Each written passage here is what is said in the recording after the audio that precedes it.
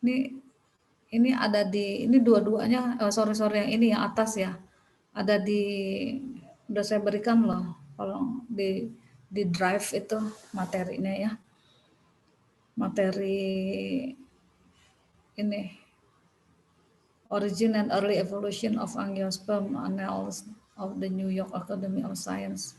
Jadi bisa dilihat mana ya belajarnya emang materinya banyak, jadi ada buku, ada artikel, ya ada PPT, ya udah semua saling ini.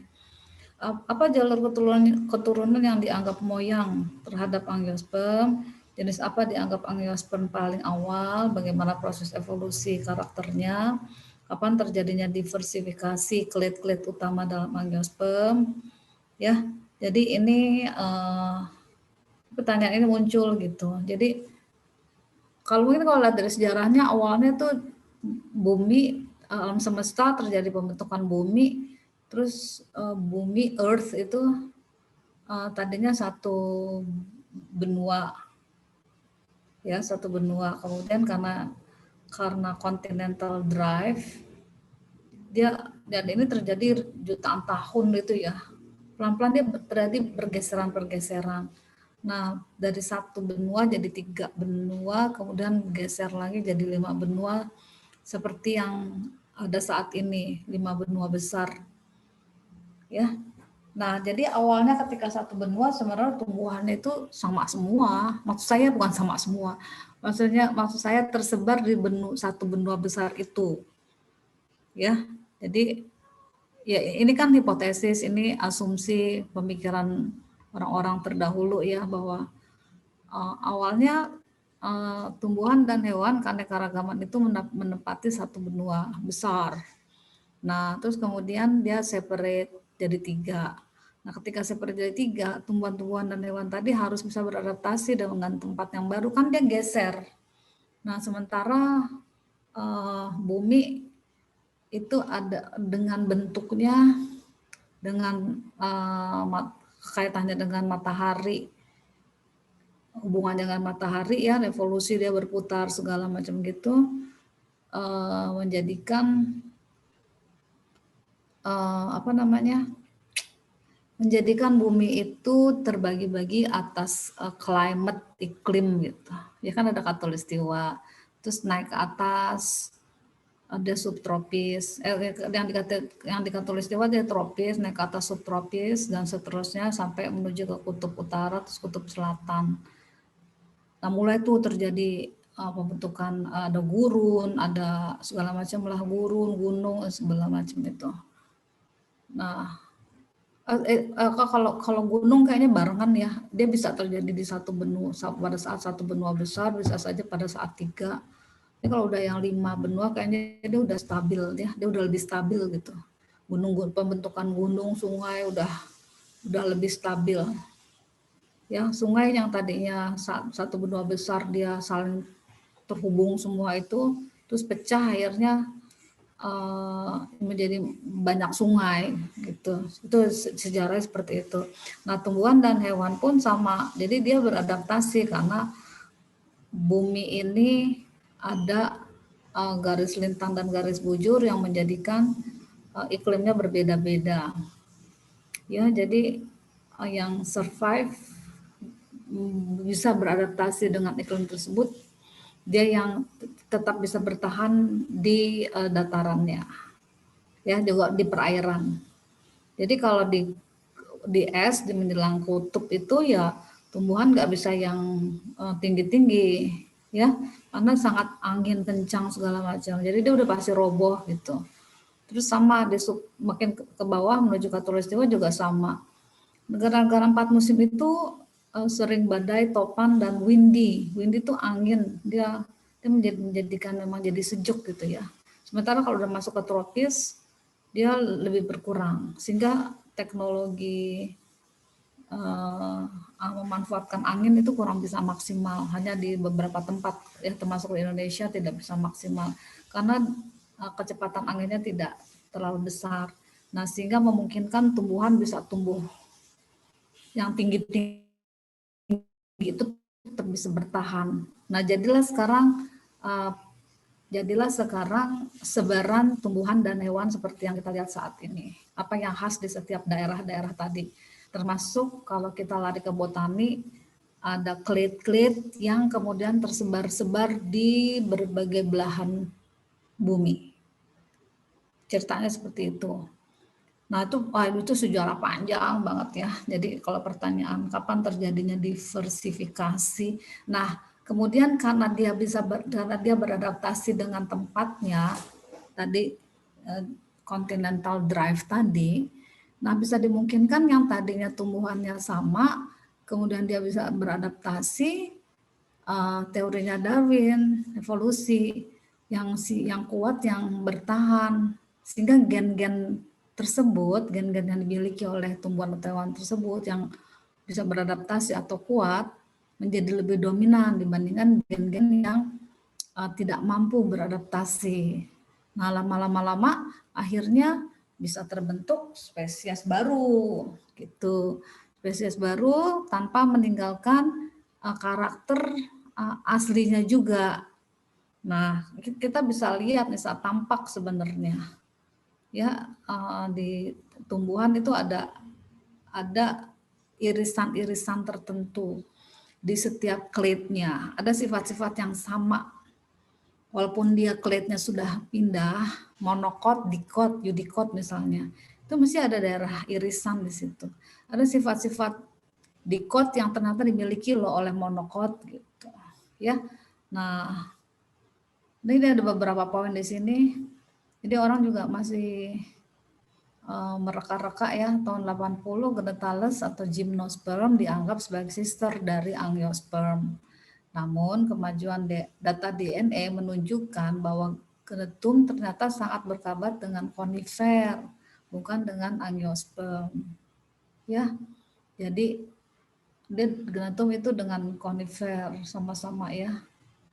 Terus perkembangan, padahal tadinya ini nih si Gnetales ini dengan Angiosperm, tapi ternyata dia masuk ke konifer. Jadi akhirnya si Gnetales ini masuk ke Gymnosperm, bukan sebagai Angiosperm.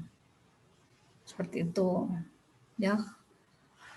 Perkembangan berikutnya fosil Glossopterid, Pentosilon, Benetitales dan Chaetonia adalah sister dari Angiosperm. Ini yang tiga ini kayaknya belum sempat kita bahas ya. Jadi kalau lihat dari ini fosil-fosilnya nih, ya fosil dan ini juga lukisan, ini fosil. Ini kalau lihat dari sini,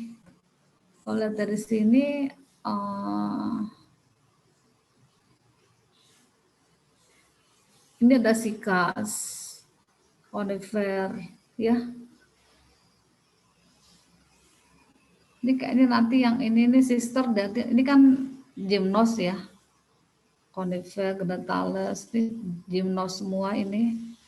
Nah, gymnos ini adalah sebenarnya sister dari Angiosperm. Nah, tapi dia menggarisbawahi yang di highlight ini.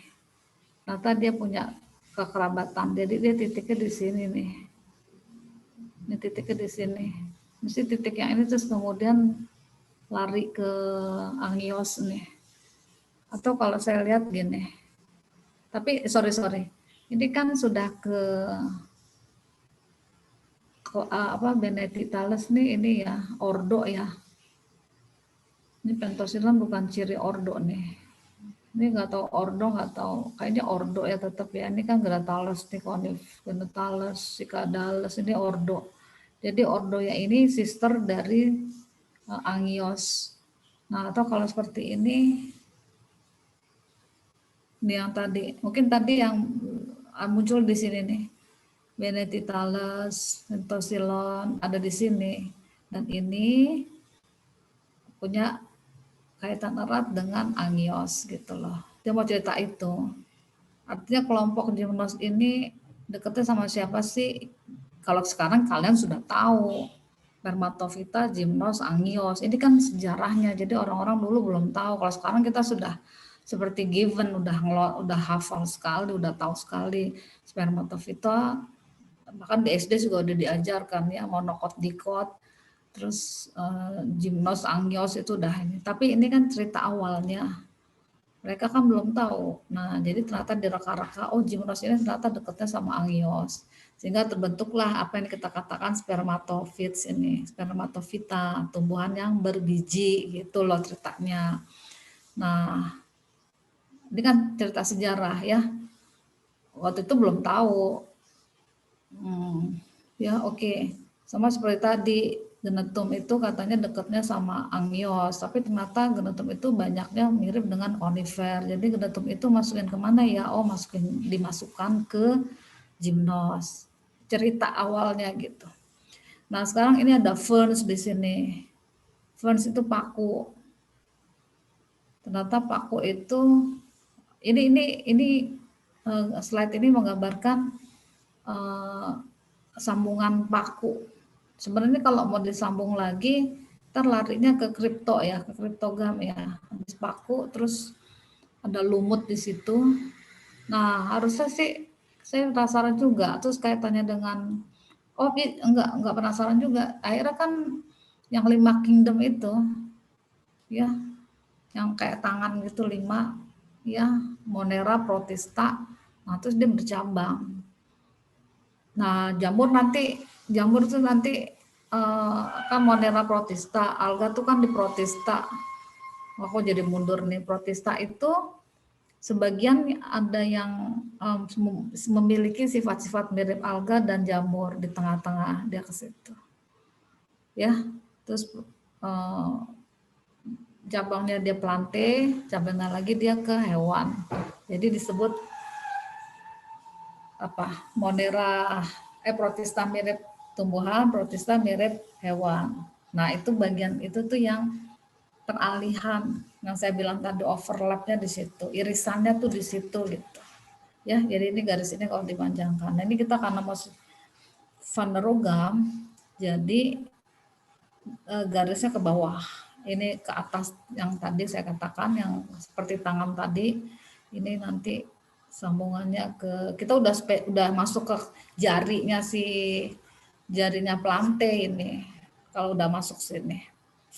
Oke, gymnos ini angios. Terus masuk sebagai spermatofita. Ini Euphyllopids sebenarnya tadi saya coba cari deh apa ya maksudnya ini ya. Paling kemudian spermatofits. Nah, nanti angios ini bisa kita bilang anthophyta. Anthophyta tuh tumbuhan berbunga ya. Nah, oke, itu tadi saya selipkan ini. Terus yang nomor 3, para ahli kemudian mencoba mengira-ngira ya, mengira-ngira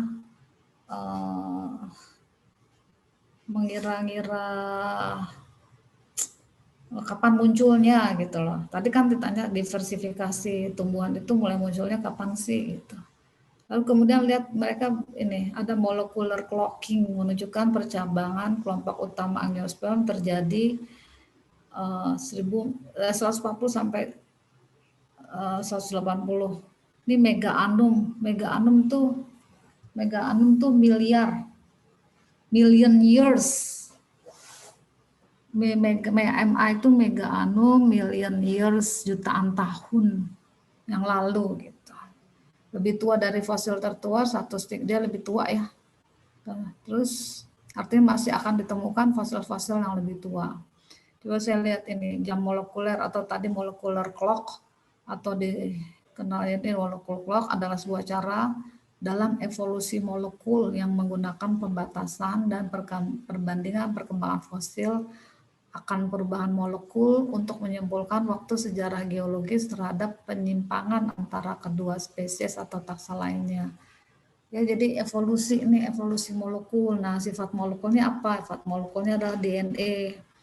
Hal ini digunakan untuk memperkirakan waktu terjadinya peristiwa yang disebut spesiasi atau radiasi.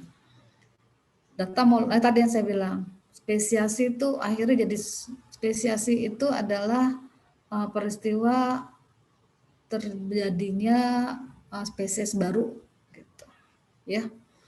Data molekul yang biasa digunakan untuk perhitungan seperti ini adalah susunan nukleotida dari DNA atau susunan asam amino dari protein.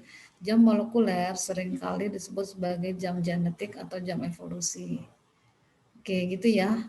Dia tadi spesiasi karena tumbuhan beradaptasi dengan lingkungan yang bukan tidak mungkin dia bisa menjadi spesies baru.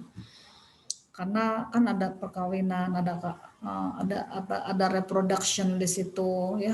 Nanti yang bertahan tuh yang gen-gen yang kuat. Nah, ini molekul, makanya dibilang evolusi molekul karena lihatnya DNA-nya. Jadi gini loh, oke, fase zaman Kretaseus misalnya, zaman karbon, DNA-nya tuh yang dominan tuh yang mana sih? Itu. Mereka berusaha lihat itu. Data molekul DNA. Terus zaman berganti lagi, oh DNA ini yang muncul, nah terus ganti lagi. Nah, ternyata sequencing DNA tadi dilihat ada sifat-sifat yang mirip gitu. Tapi ada juga sifat-sifat yang berbeda sehingga oke, ini harus dipindah gitu. Pindah ke klet yang lain. Nah, contohnya tadi genetum tadi itu ya. Terus oh ternyata beda nih gymnos dengan angios, dari DNA-nya udah beda. Oke, ini merupakan karena ini jam molekuler ini paling akurat saat ini. Tidak ada yang lebih akurat lagi karena ini udah bagian yang molekuler yang lebih kecil dari sel gitu. Jadi sehingga muncul kalau di angiosperm itu muncul APG yang paling valid karena orang tuh sekarang tidak puas ya hanya dengan bentuk morfologinya, terus kemudian anatominya, sehingga ini yang paling akurat. Tapi juga sebenarnya morfologi anatomi cukup menurut saya sangat membantu juga. Kalau DNA ya udah kita given APG ya kita nggak bisa berkelit lagi. Paling kita kalau mau saat ini kita mau mencoba, oke, buat aja sequencing penasaran ya. Kita ambil aja 2 tanaman spesies yang sama atau kemudian sama-sama satu genus. Nah, terus belajar. Nah, itu yang belum bisa kita praktikumkan. Mungkin nanti itu studi lanjut aja karena biaya cukup besar ya. Nah, ini misalnya di sini, angiosperm crown group ini ditemukannya age ya, million years. Nih 131,8 nih ketemunya nih kelompok-kelompoknya angios. Nah, makin kecil-kecil makin agak baru nih 35, ini kan 131 ya. Tahunnya nih range-nya. Jadi Althingnia itu bisa ditemukan dia 88 pada kisaran 88,5 sampai 90,4 million years ago gitu loh. Ya, kalau lihat dari sini sangat teliti sekali sebenarnya. Ya, most recent common ancestor MRCA. Jadi ini nenek moyang yang masih ada sampai sekarang gitu loh, yang bisa ditemukan. Most recent common ancestor. Ya, nenek moyang yang umum yang terbaru gitu. Di ininya apa namanya? Aduh. Genus ya, di gambar orang neliti sampai kayak gini gitu loh. Ini juga sama Mesangiospermae, Magnolidae ya, ini menurut perkiraan dari peneliti-peneliti. Oke, ini jam molekuler. Nah, oke, itu yang 3, ini yang keempat. Dua hipotesis life form nenek moyang angiosperm yaitu Amborelaceae, dark disturbed forest scrub. Misal pada Amborelaceae. Nah, ini scrub ya, scrub itu semak. Ini aquatic herbs misal pada Limbaceae masih harus dibuktikan. Ya, karena ini beda nih. Tapi kan dia, nah ini sorry Amborella sama Nymphaeus ini.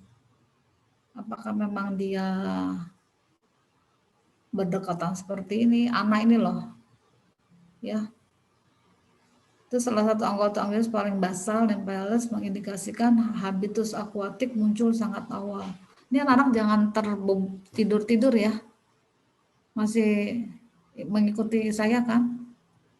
Masih, Bu. Terus saya kayak Masih, Ibu. Masih, Bu. Oke. Karena Iya, kalau ini sebenarnya sama aja sama jimit ya. Kita nggak bisa lihat di samping kita anak-anak kita, kamu kameranya off cam lagi, hemat pulsa, hemat kuota ya. Oke,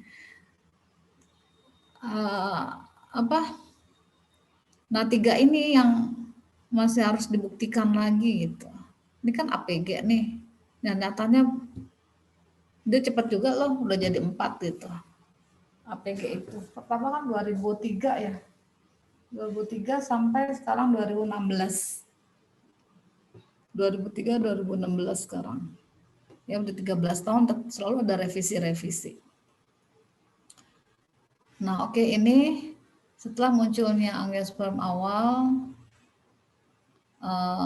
terjadi radiasi adaptif. Nah, radiasi adaptif tuh maksudnya tadi yang saya katakan tadi, zaman masih terjadinya bumi gitu loh. Kok terjadi bumi? Terjadinya apa? Pergeseran-pergeseran lempeng-lempeng sehingga ada bencana alam, terus ada geser kontinennya bergeser gitu. Maka dibilang radiasi adaptif karena waktu itu proses-prosesnya masih banyak, kan ada Big Bang segala genre itu kan, ada hujan meteor itu loh. Makanya kalau Jurassic Park dulu, Jurassic Park siapa nama apa sih namanya, dinosaurus itu kan katanya musnahnya karena banyak meteor ya, hujan meteor seperti itulah. Nah, akhirnya setelah munculnya angiosperm awal terjadi adaptasi cepat kurang dari 5 juta tahun yang lalu, masa 5 jalur keturunan Mesangiosperm, yaitu ini Magnoliid dan Chloranthaceae sebagai sister clade dari Monocotyledon, Dicotyledon, dan ini 5 nih, Magnoliid, Chloranthaceae, Monocotyledon, Dicot, Ceratophyllaceae. Ya, Mesangiosperm 2 ini sebagai sister clade. Tuh, jadi ketemu 5 jalur. Nah, ini sebenarnya sama seperti APG nih gambar ini. Ya. Tapi kalau dibuat ke bawah kan panjang. Jadi idenya bagus juga, dibuatlah dia melingkar. Tapi garis-garis di dalam ini sama dengan APG dendrogram, kladogram yang garis-garis kedekatan gitu. Ya. Proses radiasi ini menghasilkan akhirnya 97% dari semua angiosperm. Jadi ketemu nih. Ada beberapa mungkin belum masuk kali ya, tapi semua yang besar angiosperm ini sudah masuk ke sini. Oke, gitu ya. Ini Magnolidae, Monocotyledon. Mungkin namanya nanti ya namanya agak beda kayaknya di sini ya. Nah, terus kemudian angiosperm menunjukkan fenomena duplikasi pada keseluruhan genom. Artinya poliploidy adalah proses penting dalam evolusi angiosperm. Apa maksudnya? Nah, dulu kan ketemunya kan ini nih, haploid kromosom. Terus kemudian kromosom itu, kromosomnya kan ini sendiri nih. Tapi dia ternyata kalau pada manusia juga berpasangan. Nah, sini kita bilang diploid. Nah, manusia kan punya 23 pasang kan? 22 pasang plus 1 ya. Nih. Ini sepasang. Nah, manusia punya 23 pasang tadi. 22 per 1. Tapi ternyata tumbuhan itu ketemunya beda lagi. Ternyata dia ada yang triploid 3N, ada lagi yang tetraploid 4N. Tumbuhan loh, ya, kromosom. Namanya poliploidy. Nih. Nah, ini juga suatu bentuk evolusi nih. Yang tadinya dia haploid terus jadi, kan kita belajarnya NN terus kan, ingat nggak waktu yang di itu? N2N gitu kan. Nah, tapi ternyata kalau pada tumbuhan bisa aja dia tetraploid, bisa triploid. Nah, ini larinya nanti dengan poliploid ini larinya ke karakter, fenotip. Kromosom yang bentuknya seperti ini ternyata ternyata menghasilkan sifat-sifat dominan pada tumbuhan. Maksudnya gini loh, dia bisa menghasilkan buah yang manis gitu. Itu kan ada sifat-sifat seperti ini. Nanti kamu cek deh apa yang dimaksud dengan polyploidy. Sehingga akhirnya orang otak-atik nih, otak-atik sehingga bisa nggak justru dengan sifat polyploidy ini dihasilkan sifat-sifat yang unggul gitu. Ya, ini saya belum sempat baca nih. Itu hipotesis ya, genom tadi kaitannya nih. Ini saya skip aja lah. Terusnya kecil-kecil banget. Tulisannya kecil udah saya besarkan. Nanti kayaknya harus dipisah satu slide sendiri. Oke ya, jadi ini yang ke-8. Bunga adalah karakter paling penting dalam proses evolusi angiosperm. Jadi kita mainnya di bunga. Meskipun prosesnya tetap masih misteri. Karakter unik angiosperm menunjukkan anggota film atau kelompok angiosperm berasal dari nenek moyang bersama atau common ancestor tunggal. Ya, nah ini angiosperm itu ditandai dia punya bunga. Nah, makanya Antofita, dia berbunga, tumbuhan berbunga. Kalau spermatofita tumbuhan berbiji. Karpelnya tertutup, dilindungi atau terlindungi, ya sehingga berbiji tertutup gitu. Fertilisasi ganda diikuti oleh pembentukan endosperm. Ya ini proses fertilisasi. Dia punya mikroagametofit yang berinti 3, terus megagametofitnya berinti 8. Ini ada di proses fertilisasi ini. Ini udah sering digambarkan, anak-anak udah pada punya. Benang sari dengan 2 pasang kantong sari. Dia punya ini sifat-sifat khasnya angiosperm nih. Adanya tabung tapis ayak atau sel pengiring pada floem. Jadi di floemnya ada sel companion cell itu loh. Nanti kita lihat deh. Kamu udah belajar SPT kan, harusnya udah tahu nih. Ya, jadi ini sifat-sifat dari angiosperm. Dia punya 7 ini antara lain yang utama. Nah, terus kemudian orang belajar bunga kan, belajari bunga. Tren evolusi pada bunga Van Steenis klasik, si ininya Van Steenis yang pengarang buku Flora.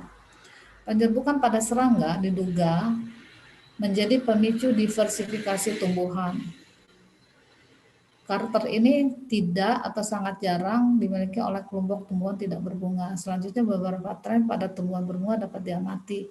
Nah, kan kita tahu nih, serangga ini kan pekerjaannya kan melakukan penyerbukan, ya dia dekat-dekat bunga, terus dia serbuk sari nempel di tubuhnya, dia pindah ke bunga lain, dia pindah ke bunga lain. Nah, bisa nggak bunga lain jenis saling fertilisasi? Nah, dengan itu ini pemicu diversifikasi, ya. Satu genus, pokoknya 2 spesies yang beda tapi masih satu genus misalnya. Ini saya beri contohnya anggrek. Anggrek itu paling terbuka untuk disilang-silang, kawin silang, ya. Tapi tentunya masih ada kesamaan misalnya karena tadi sama-sama satu genus. Tapi bukan tidak mungkin juga misalnya anggrek lain genus kita silangkan gitu. Kalau di tumbuhan masih bisa dia. Terus akhirnya membentuk bunga baru, ya. Yang anggrek juga sama. Nanti pas anggrek saya jelasin sedikit. Saya pernah ikut kursusnya dulu, zaman dulu bang. Oke, nah sehingga dari sini nanti ada evolusinya. Ini namanya evolusi bunga. Bunga dari yang memiliki banyak bagian bunga yang berjumlah indefinite. Misalnya apa, serbuk sarinya banyak. Kamu lihat ini deh, misalnya hibiscus. Saya ambil contoh yang paling gampang banget. Hibiscus kan benang sarinya banyak. Atau dari kelompok Myrtaceae, jambu ya.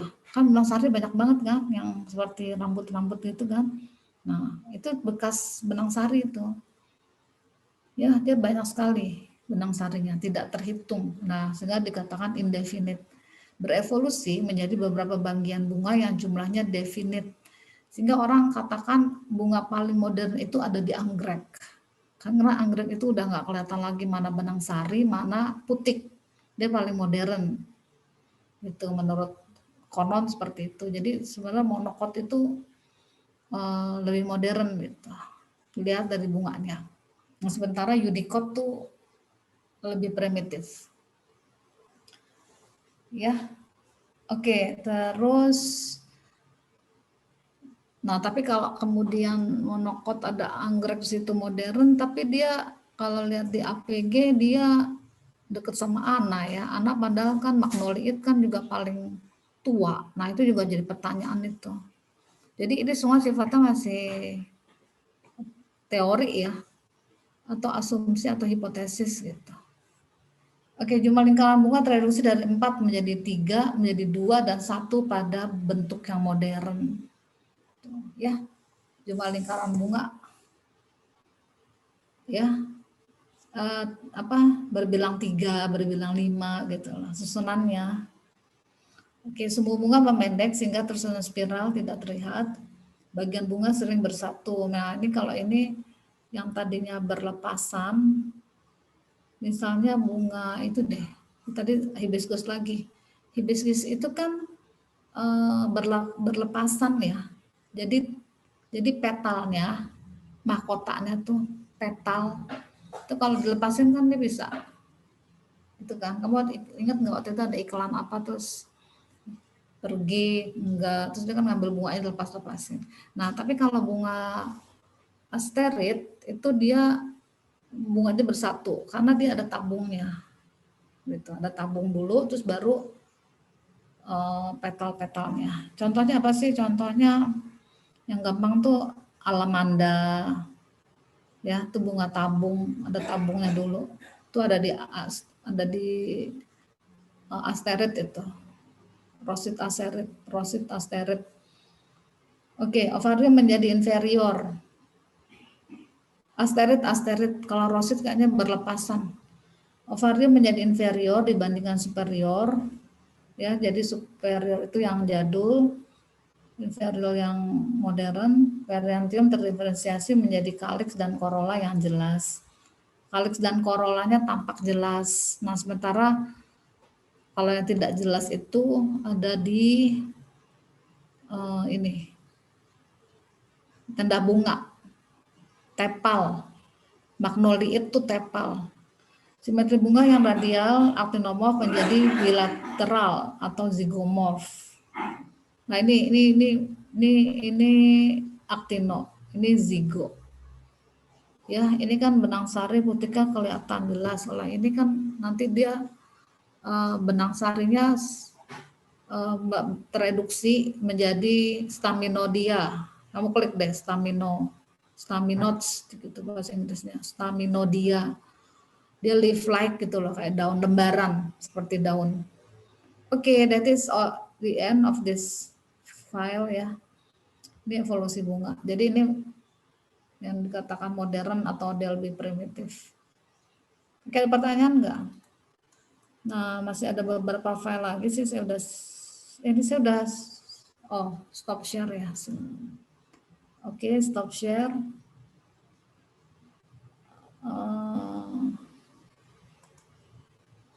Yang file tadi yang coba ini gimana coba yang tadi saya kirim tuh.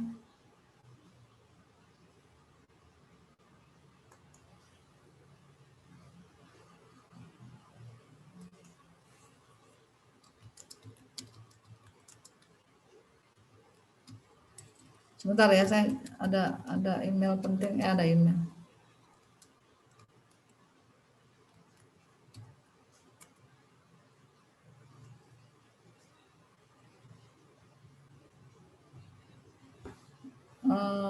Sebentar. Waduh, nih phone-nya not connected lagi. Sudah ada yang buka file yang tadi saya kirim belum?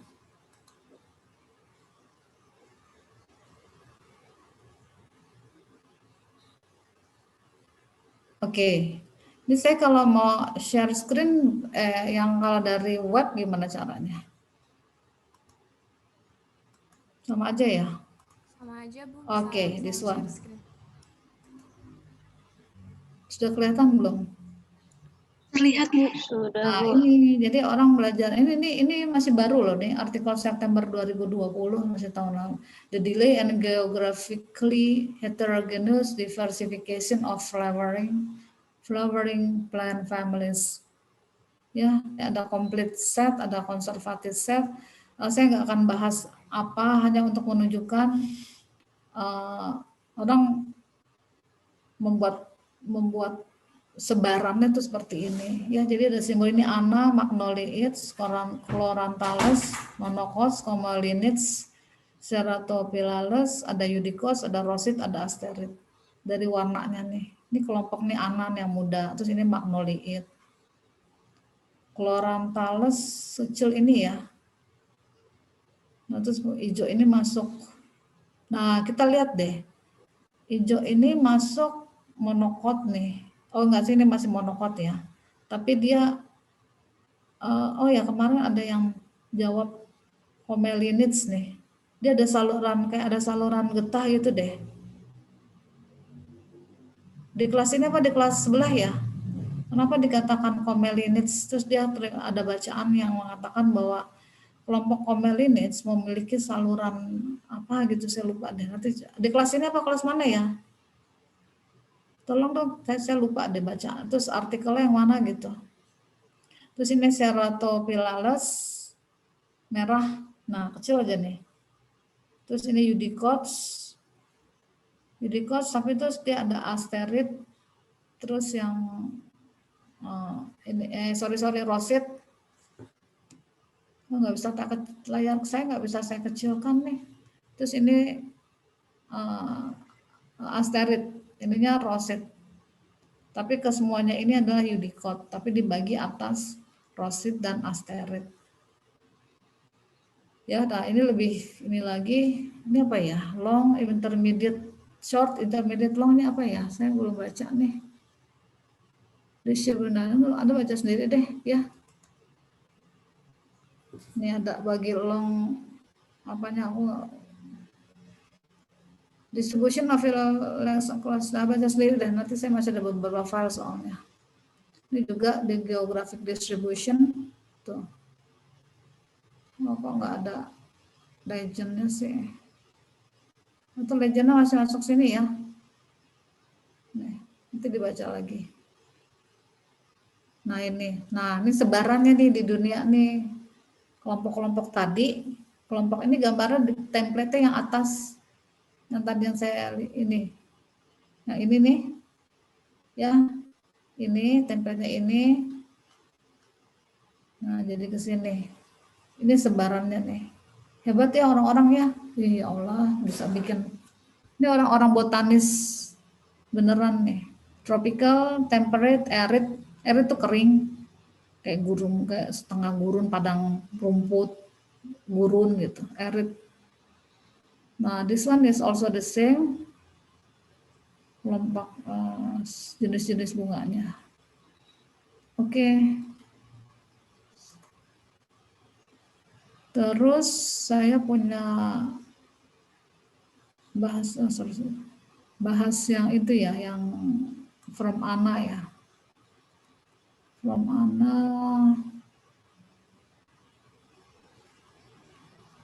Mana ya? Oh, this one. Oke, udah kelihatan ya. Ini saya cepat aja di sini. Oke. Ini yang ini sperm origins and relationship of major lineage. Ini rangkuman lah. Gini, saya nggak mungkin nge-review membaca karakter-karakter, berat ya. Maksudnya kelamaan. Jadi tolong semua karakter-karakter dari materi yang sudah kita pelajari kalian baca sendiri. Gymnos tuh apa pembagian kelas-kelasnya, terus setiap kelas cirinya apa, baca PPT saya. Nah nanti kalau saya niatnya adalah PPT kalian juga bisa masuk gitu ke dalam UTS. Jadi saya ambil beberapa dari PPT kalian juga gitu. Ya. Gini, tahun lalu itu saya tesnya multiple choice dan esai. Jadi saya punya satu set soal PG multiple choice tadi dan esai. Tapi ternyata esainya itu banyak yang mirip. Saya males makanya. Jadi tahun ini saya mau ganti menjadi 2 kali 2 kali multiple choice, sehingga saya harus persiapkan. Nah itu yang belum sempat. Tapi nanti saya kalau 2 ini saya 1 udah punya kan, tinggal saya buat yang 1 lagi gitu. Nah materinya nanti saya bagi 2. Nanti saya sebut, nanti saya sampaikan deh. Ya, misalnya ana sama gymnosperm dulu, nah nanti monokot sendiri gitu. Kalau yang sekarang nih yang ini nih masih campur, walaupun tetap dominan monokot. Jadi gymnos sama magnoliid, terus baru monokotnya. Seperti itu. Nah saya di sini nggak bahas detail, hanya rangkuman. Jadi, nah ini kalau mana yang jadul, mana yang bukan, ini yang jadul nih, tracheid. Kalau yang dia berupa tracheid aja gitu loh. Nah ini sudah saluran gitu ya, saluran berpembuluh, lebih modern yang vessel dibandingkan dengan tracheid. Nah ini tadi bilang ada companion cell-nya nih, ini juga lebih modern ya, dia ada, ini sebenarnya sekelilingnya kayak gini, terus ada lubang-lubangnya ini kan, flownya tersebar kan, gitu. Ini kalau secara anatomi. Nah ini saya nggak dapat gambar ini nih, ini terus pollen juga ternyata menunjukkan data ya, sebagai data, pollen ditandai sebagai data untuk sistematika juga. Terus apel dengan integumen, ini cirinya dari angiosperm gitu maksudnya ya. Jadi ada megasporangium, integumen, dia ada integumennya, terus akarpel tertutup ya, ditutup funiculus, mikrofil. Ini yang tadi dibilang proses fertilization, ini kecil ya.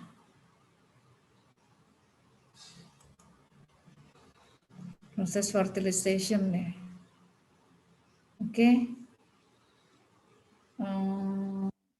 Mudah-mudahan di SPT sudah dibahas juga kan.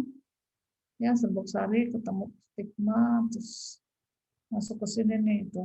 Nah ini kalau dibesarkan jadi ini. Ini tadi integumen, fusion of sperm nucleus with two polar nuclei, nah seperti itu. Nah akhirnya ini berkembang jadilah buah. Sorry deh sebentar, ini kayaknya agak redup ya. Belum. Nah ini jadilah buah, development of fruits. Gitu. Ya, jadi yang proses fertilisasi jadilah buah. Ini juga sama sih sebenarnya, ya proses pembuahan, fertilization. Nah ini untuk menggambarkan kelompok-kelompok tadi, si bunga-bunga, ini sikas, ini buahnya nih. Kita mesti punya ini mahal ini, sikas, ya tanaman jadi tanaman hias.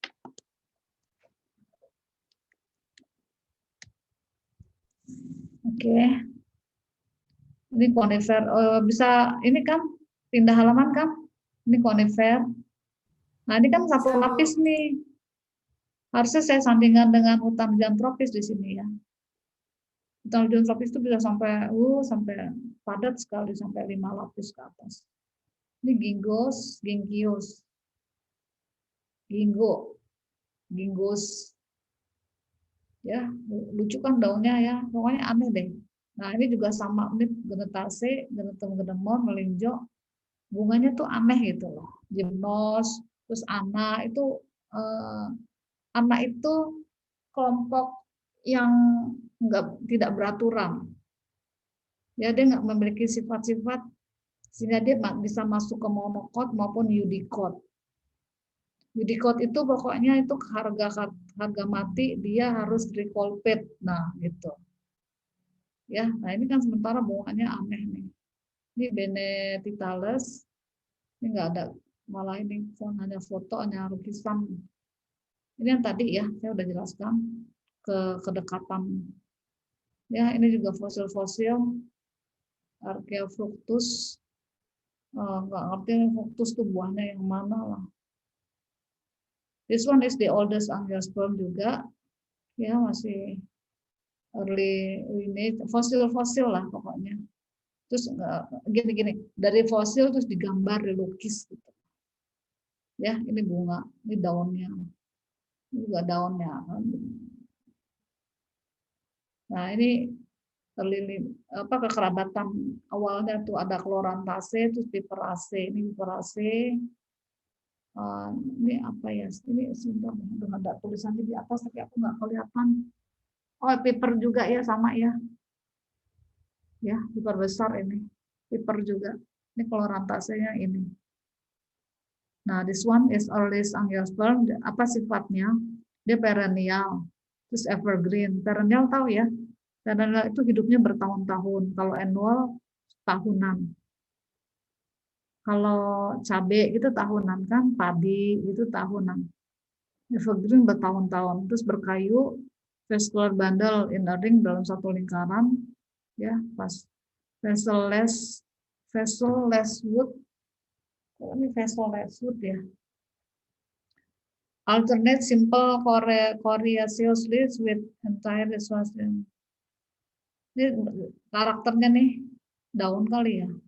Ya, daun alternate simple coriaceous tuh apa ya, lupa saya. With entire or sparse margin, pinggirannya. Ini apa ya bahasa Inggrisnya ya? Bergerigi, masa bergigi sih. Lacking stipules, tidak punya stipula, tidak punya erythral oils. Early flowers, nah bunga yang awal, insect pollinated, dipolinasi oleh insect, radially symmetrical, several. Nah, several sampai banyak tepal.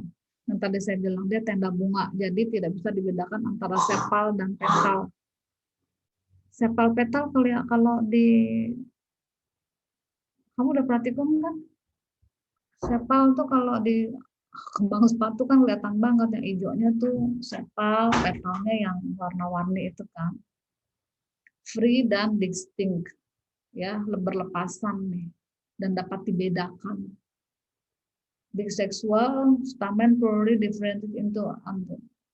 Nah, ini stamen ada yang tidak bisa dibedakan antara tangkai dan itunya, benang sarinya. Kepala sari. Ya, tangkai stamen kan benang sari, antera kepala, tangkai. Anteranya ada, kepala sarinya ada 4 microsporangnya opening by longitudinal slit, superior, ovarinya superior. Superior itu berarti lebih tua ya dibandingkan dengan inferior yang lebih modern. Pollennya monosulcate and often lacking well developed columella. Nah, columella ini saya belum ketemu nih. Carpel fused by secretion with an elongate stigma and nah ini baca sendiri deh. Placentasisnya marginal. Ya. Dia tidak bisa dibedakan dengan with an elong stigma and style poorly differentiated with ovary. Ini bedanya monocotyledons dan dicotyledons, embrio dengan 2, ini dengan 1. Ini akarnya, ini pakai serabut, ini moss herbs, ini campuran, dicotyl, vascular bundle, scatter tersebar, ini cylindrical. Nah, pollennya ini monocolpate, ini tricolpate. Ya, ini 3 nih. Nah, ini gambar ini. Ini 1 nih. Aperture gitu loh. Kita bilang aperture ya, seperti celah gitu. Ini 1, ini 3, 1, 2, 3-nya di sebelah sana, dan dari atas seperti ini. 1, 2, 3. Ini yang tricolpate, ini yang monocolpate. Ini anomalous dicots. Flower in 3 or with numerous parts. Kemarin saya anomali dikot. Dikot itu kan berbilang 5, tapi ada juga yang berbilang 3 loh. Gitu. Terus dia anterannya tidak bisa dibedakan. Stilus dan stigmanya nih perkembangannya reduksi ini ya. Pollennya monocolpate or in aperture. Ya, ini kan anomalinya dicot. Gitu. Terus dia punya ethereal oils in vegetative parts, ada minyak minyak gitu lah. Ini bukan minyak atsiri. Nah, ini contohnya pada masuk ke sini nih, Magnoliaceae, ya kan? Tidak. Nih, poorly differentiate anthers. Ya, jadi anteranya nggak jelas gitu. Nah, ini Lauraceae, kan bunganya aneh gitu loh. Ya, sebut benang sarinya nggak jelas, tapi kayaknya ini benang sarinya ya. Ini sorry deh, saya penasaran pengen lihat bunga versi Americana ini kan apa sih? Alpukat ya. Ini kayaknya sepal petal ya. Ini benang sari. Sorry putik yang ini, biasanya kuning yang benang sari. Tuh, kan? Benang sarinya nggak tinggi nih, mungkin tadi ya tidak elang oleh malah lebih tinggi putiknya. Siapa yang punya pohon alpukat? Mau deh lihat bunganya. Saya sebenarnya punya satu alpukat, tapi itu saya ditebang. Belum tinggi, baru masih percobaan. Viperaceae, nah kan bunganya juga spesifik ya. Ini Nymphaeaceae tadi, ini yang awal-awal nih early angiosperm ini. A summary of major groups that occur in greater than 50%. Ya, ini orang kesamaan, nah angka-angka ini menunjukkan angka-angka kesamaan nih. Nah, oke. Ini tadi belajarnya di sini. Ini ada ana, tapi T sama Iliaceae ya. Iliaceae sama T-nya apa sih? Ini Trimenaceae nih. Ini dua ini ternyata masuk ke Austrobaileales Beaceae. Nah, ini anitanya. Ini I dan T-nya masuk ke A, jadi ana lebih dikenal ana. Nah, ini harusnya nih kita Chloranthaceae ini menarik dia. Kenapa ya dia nyempil Chloranthaceae di sini? Sementara ini bisa masuk berempat ini Magnoliid. Ini monokot tadi cirinya monocolpate dan tricolpate itu udah kartu mati deh. Nah, lihatnya di sini. Coba deh lihat deh. Ini tuh biru nih. Tricolpate pollen udah kartu mati, udah kayaknya udah ciri utama. Udicot itu semua tricolpate. Monokot ini monocolpate ada nggak? Nggak ada ya di sininya ya. One cotyledon ya. Bisa ya, biru ya. Kok ini? Pokoknya ciri-cirinya ini deh. Terus ini ciri yang untuk cara bacanya seperti biasa ya. Sebelum masuk ke clade-nya, ini sifat yang mencirikan, yang membedakan. Misalnya Piperales, warna ini dan warna ini. Herbaceous, nah ini agak kabuknya sama hijau. Anteranya berdiferensiasi nih, ya kan? Jadi dia kayak bulir-bulir gitu kan. Oke, nanti ini dipelajari sendiri. Ini vessel. Nah, vessel berarti semua ini memiliki pembuluh gitu. Berpembuluh. Kecuali Amborelaceae tidak berpembuluh kok. Lepas sendiri. Oke. Terus ini seal carpel. Carpelanya tertutup nih, seal carpel. Dari sini ke sini nih. Terus apakah ini tidak tertutup? Nah, itu kan pertanyaan juga ya. Oh, ini untuk inilah tambahan aja ilustrasi. Oke, this one is Anita. Kita udah belajar ini.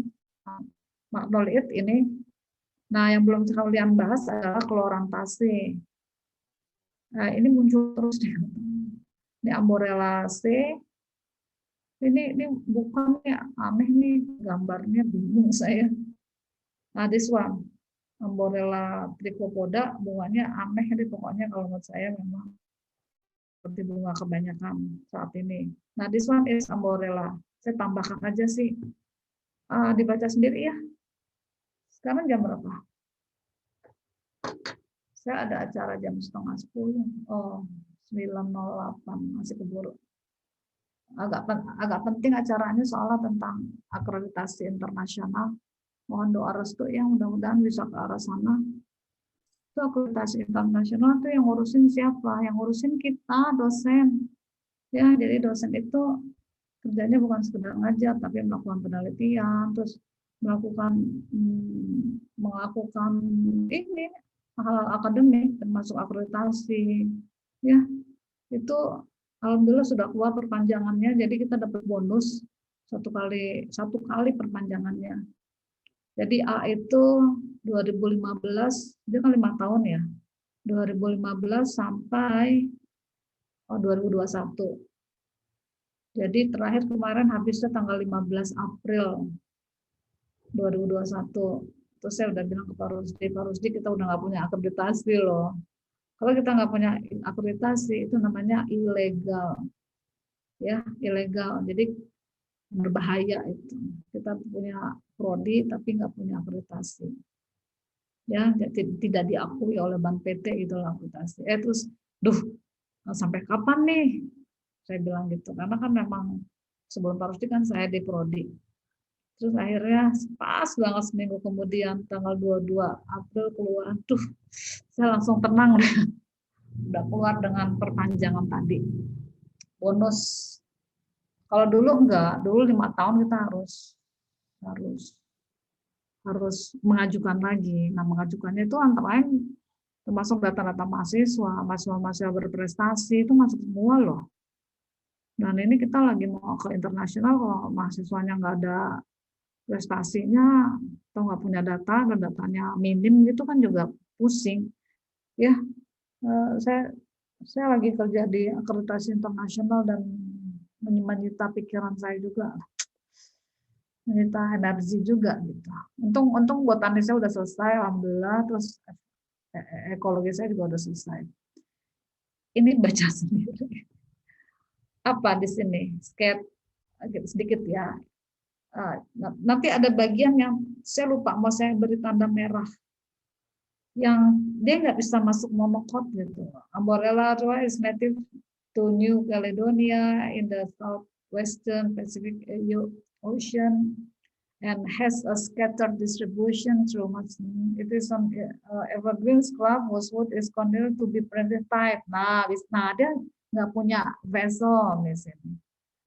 Ya, yang modern yang punya vessel. Nah, jadi Amborella ini nggak bisa masuk memang. A primitive type because of its lack of vessel, a type of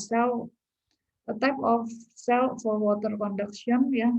Male pollen producing and female ovule producing occur in separate, dia berumah dua ya. Flower are small, ini ukurannya nah dia tepal nih. Tadi kan tepal kan, sepal mapetalnya nggak kelihatan, nggak beda gitu loh, sama. They have ini sepal petal are not differentiated and closing, ini stamennya. The structure of both stamen dan carpel is also considered to be relatively primitive. The stamen flattened and leaf-like tadi, stamennya nggak kelihatan, nggak muncul gitu. Carpel are not completely sealed. Nah ini nih, saya akan menandainya ini. Ini harusnya saya beri merah. Karpelnya tidak tertutup, tidak sempurna tertutupnya. Ya, jadi terbuka enggak, masuk ke gymnos tertutup juga enggak, masuk ke Unicode. Ya, jadi apa namanya? Masuk ke angios maksud saya. Jadi dia memang early angios. Gitu. Karena salah satunya ini. And the stigma is attached directly to the top of the ovary. There is no intermediate anal style. The single seed fruits, ini buah. Oke, ya saya nandain ini nih. Karpelnya nggak sempurna tutupnya. Nih ininya. Karakter dari Amborella trichopoda, scrubby, lax vessels, no ethereal oils, radial flowers with 7 to 11 levels, deciduous berbumah 2 tadi ya. Acidiate carpels. Acidiate ya. Carpelnya acidiate. Nanti bisa dicek deh. Ini sama masih ama juga yang M-nya MPAC. Nah, ini jaring, ini struktur daunnya tuh seperti ini nih. Pertulangannya ya luar biasa ya. Jadi ini menjadikan dia sangat kuat. Jadi ini dianggap di dulu ini sempat trading nih bisa naik ke atas ini. Mungkin kalau kecil masih bisa, tapi kalau udah orang tua, kalau saya naik sini kayaknya kecebur deh. Ya, ini saya nggak tahu nih dengan beginian. This one is MPAC. Ya, oke. Nah, sayang kita nggak bisa merhatiin secara jelas ya. Oke, ini harus. Oke, this one is Astrobilaeus. Ini yang iliasi tadi yang I-nya. Ini udah dibahas juga oleh kalian ya. Apa namanya ini? Aduh, lupa lah gitu saya. Bunga lawang bukan, Bu? Kembang lawang. Kembang lawang. Ini Trimeniaceae, ini gambarnya ya, nggak ada bunganya, nggak ada tanaman asli.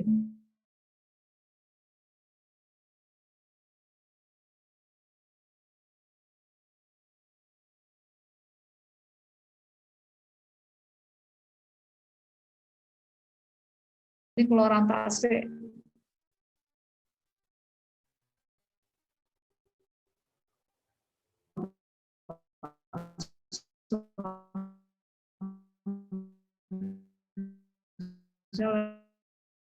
Kalau sama saya enggak?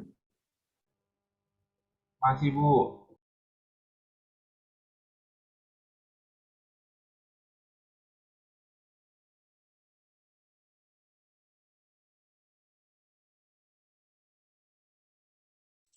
Bu Fanti keluar ya?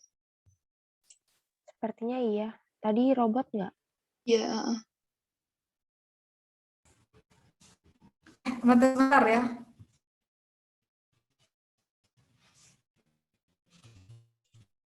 Gak putus-putus, Bu, suara Ibu.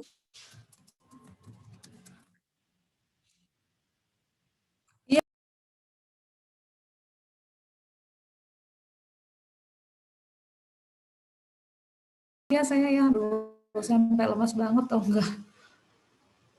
Sampai lemas nih saya. Muka saya udah agak hitam-hitam ya. Saya mohon maaf, saya kalau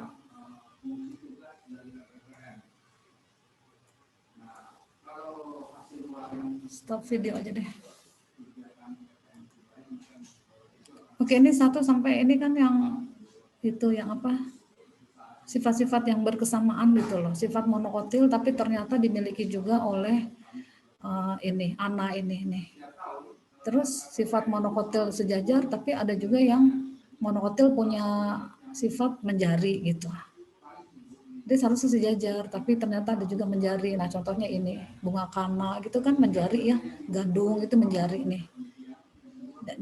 Terus ini, tersebar serabut, ternyata dimiliki juga oleh Piperaceae, Nymphaeaceae, ya gitu. Ternyata dia akarnya juga serabut.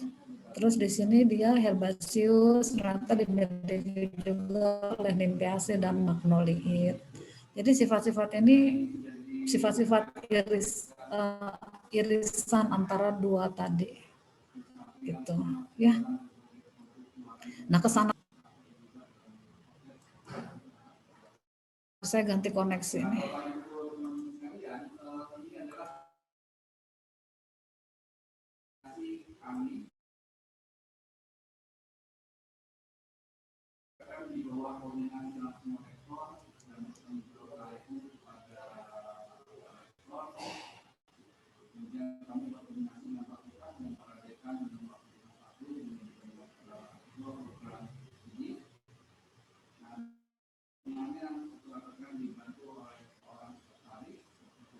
Oke, ya jadi ini sifat-sifatnya.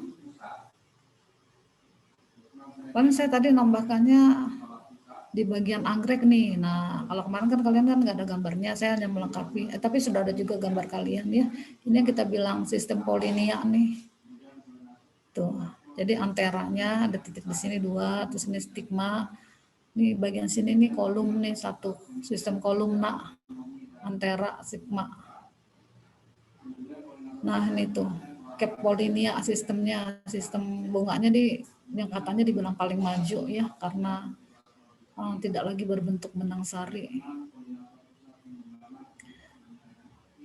Oke, ini gambar tambahan aja dari saya. Yang lain mah sama aja, yang lain paling tambahan sedikit bunga-bunga nih. Oke, saya kira cukup dulu deh ya. Udah kok, ini saya memang sama dengan kelas yang sebelah, hanya kemarin saya agak lebih lama di sini. Tapi secara file udah saya sampaikan semua nih. Nah ini bunganya kan. Mungkin kemarin gambarnya kurang jelas, jadi ini saya tambahkan bunga.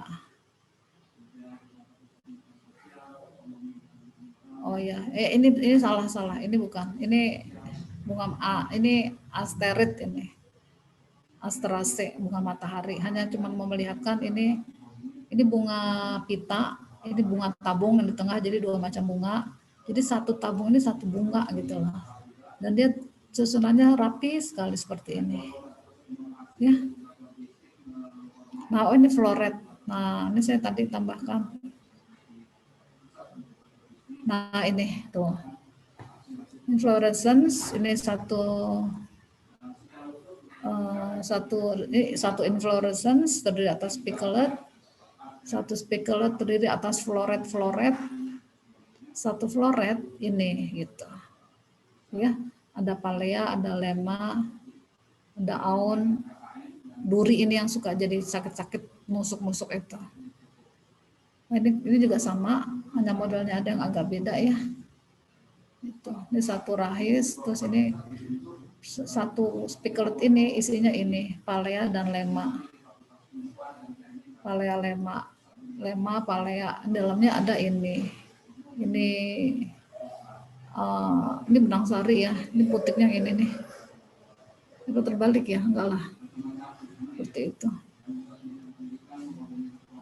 Oke, saya kira cukup dulu dari saya ada acara juga jam 10, kalian mungkin ada kuliah juga ya.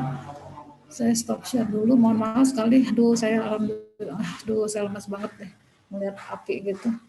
Tapi gak usah bilang-bilang, udah nggak apa-apa kok, orang cuma koslet kecil gitu. Koslet sedikit tapi kosletnya tuh udah keluar api-api gitu. Percikan. Terima kasih untuk kelas PBA, untuk Diken ya, yang sudah bantu, untuk semua mahasiswa yang sudah aktif berpartisipasi. Insya Allah kita ketemu di UTS ya. Ketemu di UTS, tadi seperti saya sampaikan, tolong dicari harinya yang bisa bersamaan dengan yang kelas B. Oke, selamat pagi.